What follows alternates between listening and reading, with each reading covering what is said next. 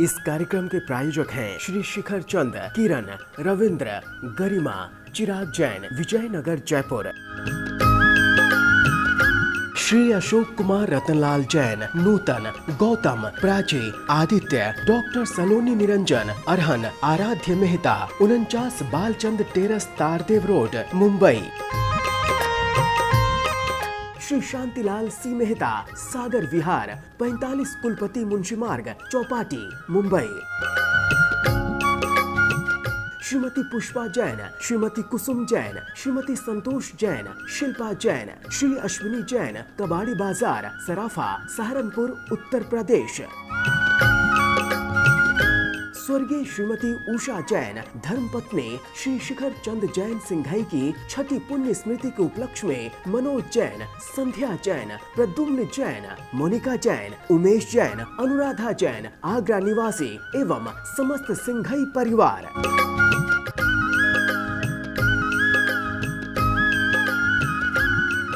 जय जिने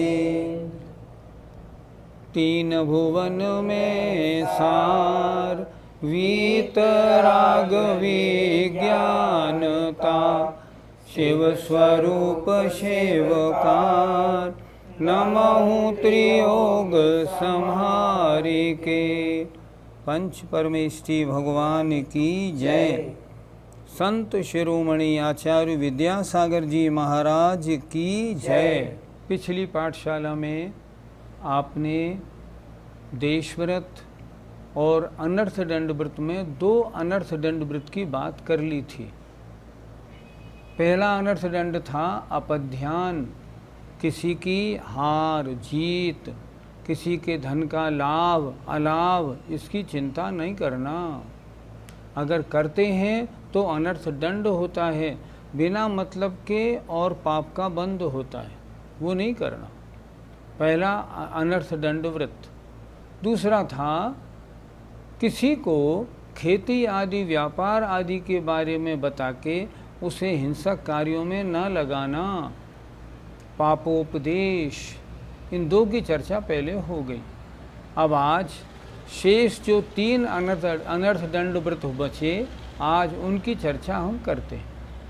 अपनी अपनी किताब खोल लीजिए और आराम से एक एक को पढ़िए।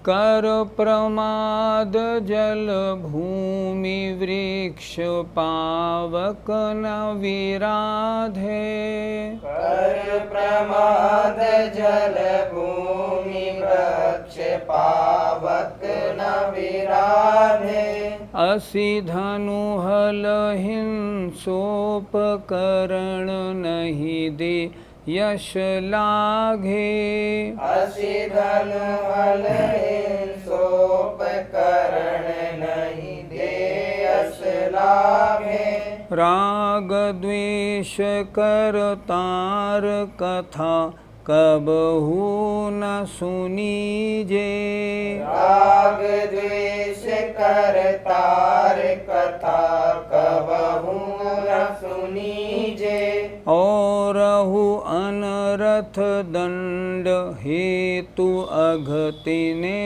न कीजे, औरहु अनरथ दंड हेतु अघतिने न कीजे। तीसरा अनर्थ दंड है प्रमादचर्या। अब उसको पढ़ाया जाएगा। अपनी किताब में एक एक शब्द पर उंगली रखते हुए चलें, और जो शब्द आपको कड़ा लग रहा है ना, और जिसका अर्थ मैं बताऊं, उसे अपनी कॉपी में लिख लें, ताकि जब आप उसका रिवीजन करेंगे ना, तो आपको उससे बड़ी मदद मिलेगी। लिखते चलिए और देखते चलिए। अब तीसरा अनर्थ दंड व्रत देखें, नाम है प्रमादचर्या त्याग। देखें, कर प्रमाद, प्रमाद करके। प्रमाद माने आलस्य भी है, और प्रमाद माने है मोक्ष मार्ग के अनुपयोगी कार्यों को करना, मोक्ष मार्ग में आदर रहित होकर कार्यों को करना। तो कर प्रमाद, प्रमाद करके जल, भूमि माने पृथ्वी, वृक्ष और अग्नि, इनकी विराधना ना करे। फिर देखें, प्रमाद करके अर्थात अपने आत्म कल्याण की ओर आदर भाव ना रखता हुआ, उसकी चिंता ना करता हुआ जल की विराधना ना करे। नहा सकते हैं आधी बाल्टी में, 2 बाल्टी 4 बाल्टी में नहा रहे हैं, बहुत बड़ा टब भर लिया उसमें नहा रहे हैं, स्विमिंग पूल में नहा रहे हैं, सारे पानी को फेंकवा दिया, ये जल की विराधना। भूमि की विराधना, बैठे बैठे जमीन को खोदना, भूमि की विराधना। तीसरी, वृक्ष खड़े हुए हैं, वृक्ष के पत्तों को, कच्चे फलों को तोड़ना, फेंकना, डालियों को हटाना आदि, ये वृक्ष। और पावक माने अग्नि, मतलब अग्नि जल रही हो उसको बुझाना, ये विराधना ना करे। फिर देखें, प्रमाद पूर्वक या प्रमाद करते हुए जल, भूमि माने पृथ्वी, वृक्ष माने पेड़ और अग्नि, इनमें जो जीव हैं उनकी विराधना ना करें। ये हुआ प्रमादचर्या नामक अनर्थ दंड का त्याग। आगे आए, इसके बाद आया हिंसादान। असी माने तलवार, धनु माने धनुष, हल माने हल आदि जो हिंसा के उपकरण हैं, अर्थात जिनके द्वारा हिंसा होती है। कौन कौन? असी माने तलवार, धनु माने धनुष, हल खेती में काम आने वाला आदि जो हिंसा के उपकरण हैं, उनको दे करके नहीं दे करके यश को नहीं चाहे। लागे माने चाहे। वो मेरे पास आया था, मैंने उसको बंदूक दे दी, मैंने उसको तलवार दे दी, मैंने उसको लड़ने के लिए लाठी दे दी, मैंने उसको चूहे पकड़ने के लिए जाल दे दिया। नहीं, ऐसा नहीं करना। फिर देखें, असी माने तलवार, धनु माने धनुष और हल खेती के काम में आने वाला आदि जो हिंसा के उपकरण हैं, उनको दे करके यश ना चाहे। अर्थात दे दूंगा तो यश होगा, नहीं दूंगा तो दिक्कत होगी, ऐसा नहीं, देगा ही नहीं। अर्थात जो हिंसा के उपकरण हैं, अगर मैं किसी को दूंगा तो वो जो हिंसा करेगा उसमें मैं निमित्त बनूंगा और पाप लगेगा। मैं ऐसा काम क्यों करूं? इसलिए हिंसा के जो उपकरण हैं उसे किसी को दे करके यश की इच्छा ना करे। आगे, दुष्श्रुति माने खोटे सुनने का त्याग। राग द्वेष करतार कथा, राग द्वेष को करने वाली कथाएं कभी भी ना सुने। पिक्चर में चले गए, सिनेमा देख रहे हैं, टीवी देख रहे हैं, टीवी के सीरियल देख रहे हैं और कह रहे हैं ये बहू है ना बड़ी ख़राब है, इसकी ये बेटी तो बहुत ही ख़राब है। ये अपने राग द्वेष के परिणाम हम क्यों करें? तो राग द्वेष करने वाली, राग द्वेष करतार, राग द्वेष करने वाली कथा कभी भी नहीं सुननी चाहिए। अर्थात दुष्श्रुति, त्याग, अनर्थ दंड व्रत। 5 हो गए अनर्थ दंड जिन्हें हमें छोड़ना है। 2 हमने पहली पाठशाला में बताए थे। उसमें पहला क्या था, आप ध्यान करो। पहला था अपध्यान, अर्थात किसी की हानि, लाभ, जय, जय हार आदि का चिंतन नहीं करना। दूसरा था उसमें ऐसा उपदेश ना दे जो कोई ऐसे व्यापार या कार्यों में लगे जिनमें हिंसा होती हो, अर्थात पापोपदेश, उनका त्याग करना। तीसरा प्रमादचर्या, अर्थात जल कायक, अग्नि कायक, वनस्पति कायक, अग्नि कायक, पृथ्वी कायक आदि जीवों की विराधना फालतू में ना करे। और चौथा है हिंसादान, अर्थात जो हिंसा के उपकरण तलवार, धनुष, हल आदि हैं उनको किसी को ना देना, अन्यथा उसके द्वारा की हिंसा में आपकी अनुमोदना बनेगी। और 5वां है दुष्श्रुति, राग द्वेष करने वाली कथाएं कभी भी नहीं सुननी चाहिए। 5 अनर्थ दंड हैं। ये ऐसे व्यर्थ के काम हैं जिन्हें करें अपना लाभ कुछ नहीं। आप पिक्चर देख रहे हैं, इसने उसको मारा, इसने उसको फेंका, आपका ना क्या लाभ हुआ, कुछ भी नहीं। तो क्यों देखना, इनको त्याग कर देना। इसीलिए जो व्रती है, जो अनर्थ दंड व्रत लेता है, वो पिक्चर नहीं देखता। तो क्या वो टीवी भी नहीं देखता? नहीं, टीवी देखेगा। आचार्य श्री किसी को दीक्षा दे रहे हैं तो दीक्षा देने के प्रकरण को देखेगा। पंच कल्याणक मेला हो रहा है उसको देखेगा। बाकी और जो भी जितने भी एपिसोड हैं उनमें उसका कोई इंटरेस्ट नहीं। क्यों? क्योंकि वो राग द्वेष करने वाले हैं। इस तरह 5 प्रकार के अनर्थ दंड का त्याग करें।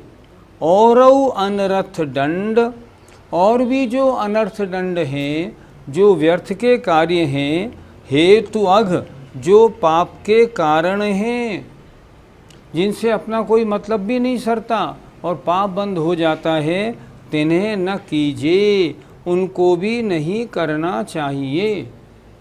5 के अलावा और भी जो अनर्थ दंड हैं, व्यर्थ के कार्य हैं, जिनसे अपना कोई पर्पस सॉल्व नहीं होता, पाप का बंध हो जाता है, जो हेतु अघ पाप के कारण हैं, उनको भी नहीं करता। कौन नहीं करता? अनर्थ दंड व्रत का धारण करने वाला श्रावक।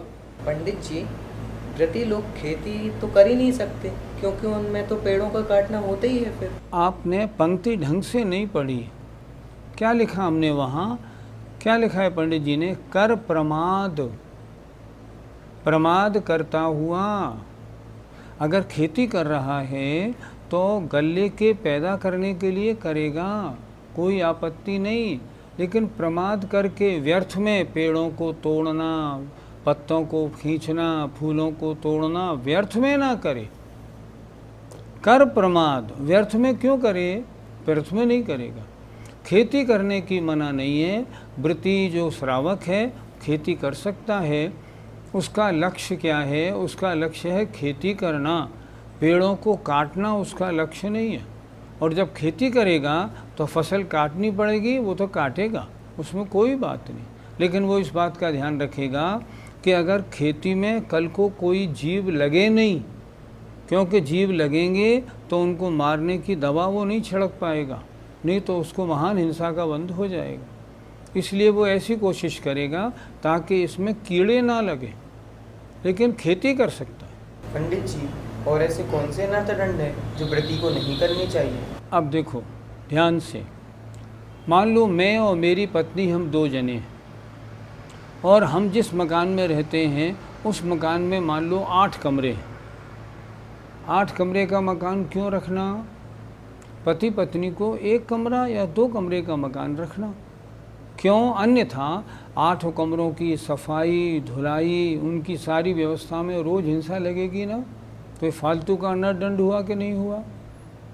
हम सब बैठे हैं फालतू गपशप कर रहे हैं, फलाने नेता उसके बारे में वो ऐसा होना चाहिए, उसने गड़बड़ कर दी, उनने नकल कर दी। फालतू की बातें क्यों करें? हमने क्या किया?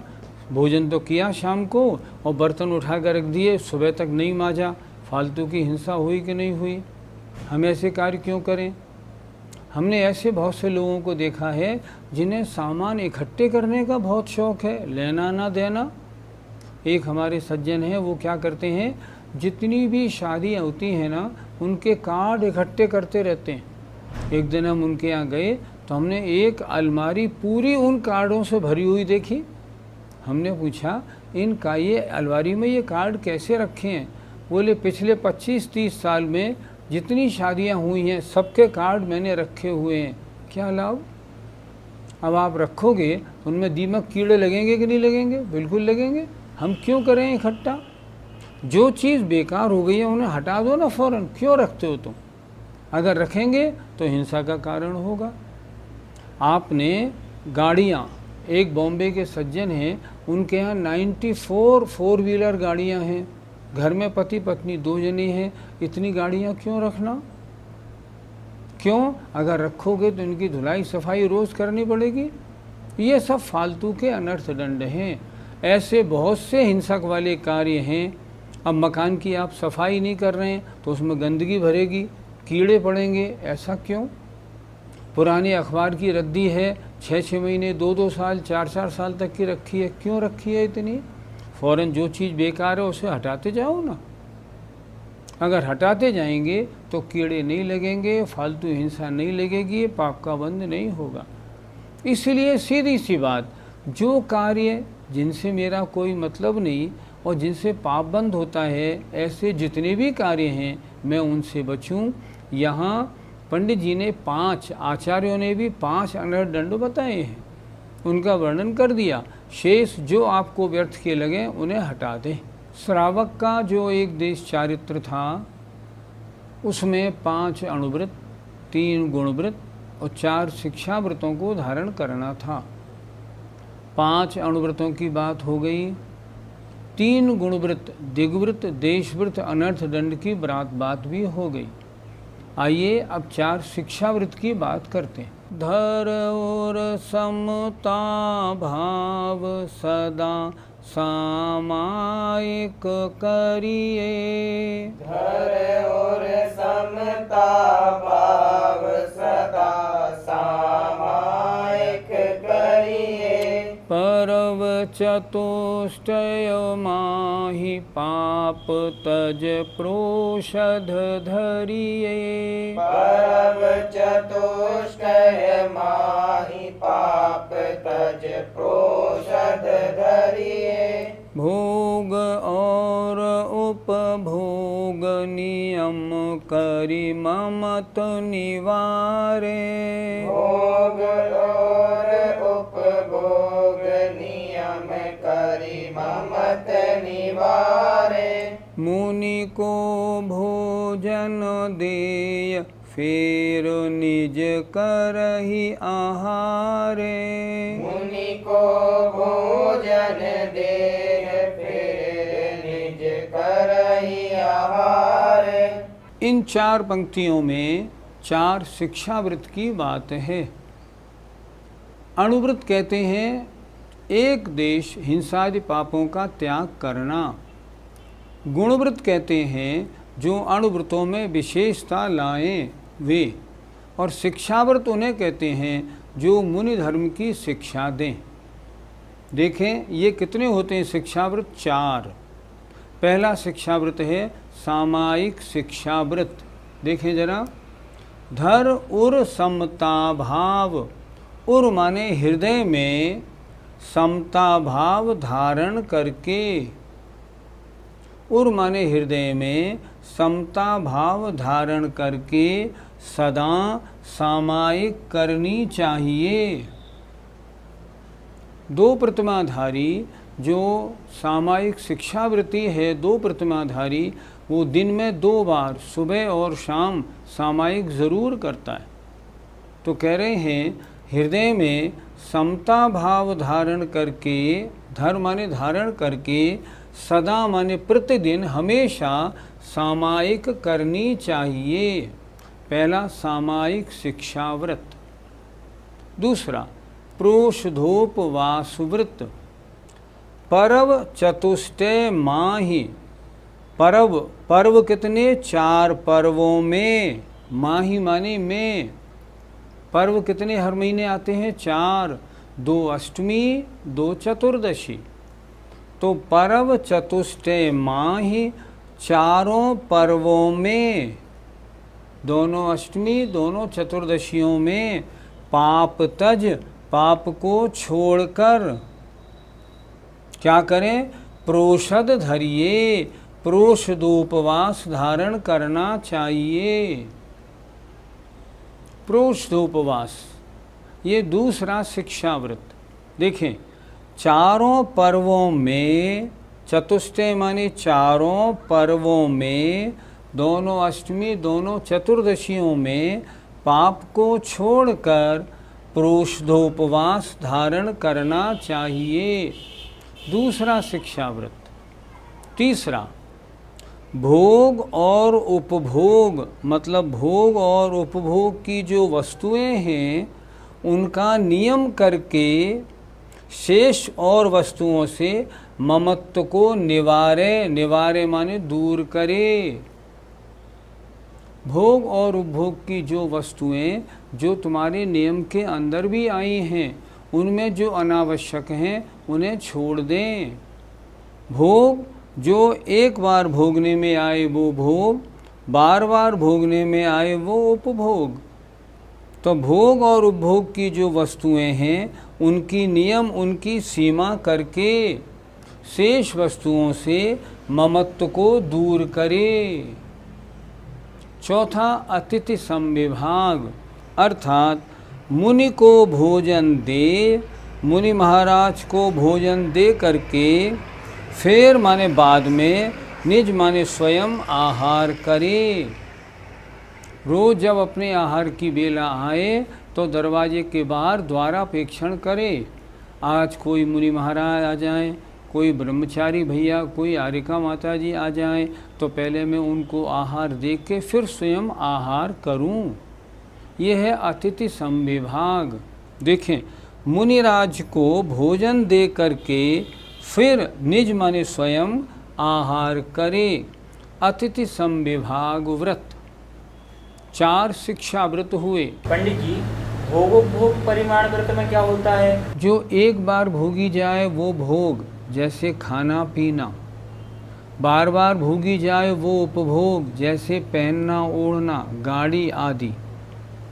तो भोग और उपभोग में वो नियम कर लेता है। क्या नियम कर लेता है? आज मैं एक बार भोजन और 2 बार पानी लेऊंगा। आज मैं केवल 4 कपड़े पहनूंगा।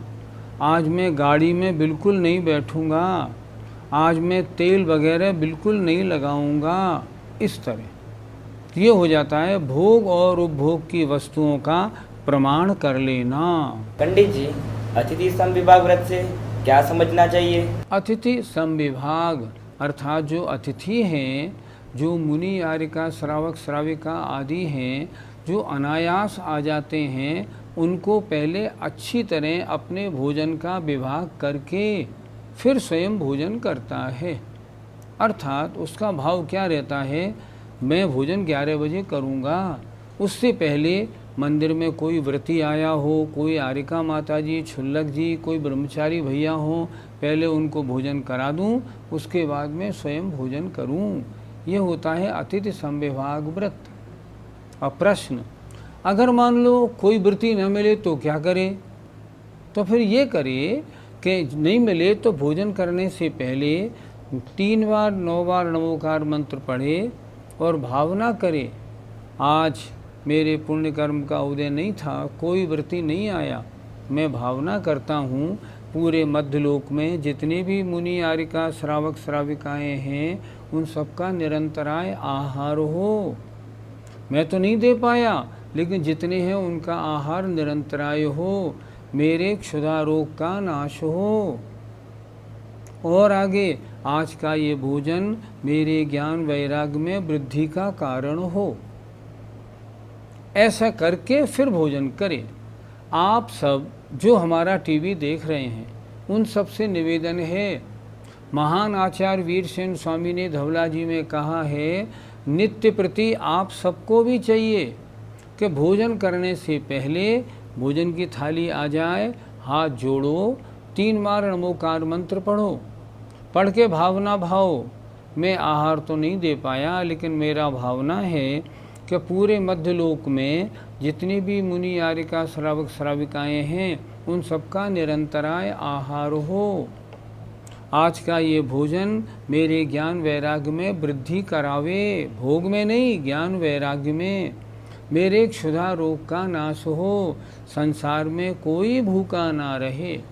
अगर इतना करके अगर आप अपना आहार शुरू करते हैं तब आपको अतिथि संविभाग व्रत की अनुमोदना का फल मिल जाता है। इतना तो हमें आप सबको करना चाहिए।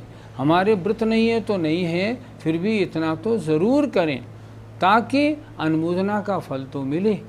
मुझे उम्मीद है आप सब भी कल से शुरू कर देंगे और अपने घर में सबसे करवाएं।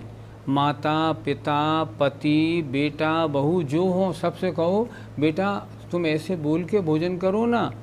मैं ऐसे ऐसे घरों में गया हूँ जिनके घर में मैंने ये कागज़ लिखा हुआ देखा है, भोजन करने से पहले भगवान से ऐसी प्रार्थना ये अनुमोदना करके फिर भोजन करें। इसलिए आप सब कल से ही शुरू कर दीजिए तो हमारी पाठशाला सफल हो जाएगी। जय जिनेन्द्र। इस कार्यक्रम के प्रायोजक हैं श्री शिखर चंद, किरण, रविंद्र, गरिमा, चिराग जैन, विजयनगर, जयपुर। श्री अशोक कुमार, रतनलाल जैन, नूतन, गौतम, प्राची, आदित्य, डॉक्टर सलोनी निरंजन, अरहन, आराध्य मेहता, 49 बालचंद टेरस, तारदेव रोड, मुंबई। श्री शांतिलाल सी मेहता, सागर विहार, 45 कुलपति मुंशी मार्ग, चौपाटी, मुंबई। श्रीमती पुष्पा जैन, श्रीमती कुसुम जैन, श्रीमती संतोष जैन, शिल्पा जैन, श्री अश्विनी जैन, कबाड़ी बाजार, सराफा, सहारनपुर, उत्तर प्रदेश। स्वर्गीय श्रीमती उषा जैन, धर्मपत्नी श्री शिखर चंद जैन सिंघाई की छठी पुण्य स्मृति के उपलक्ष्य में मनोज जैन, संध्या जैन, प्रद्युम्न जैन, मोनिका जैन, उमेश जैन, अनुराधा जैन, आगरा निवासी एवं समस्त सिंघाई परिवार।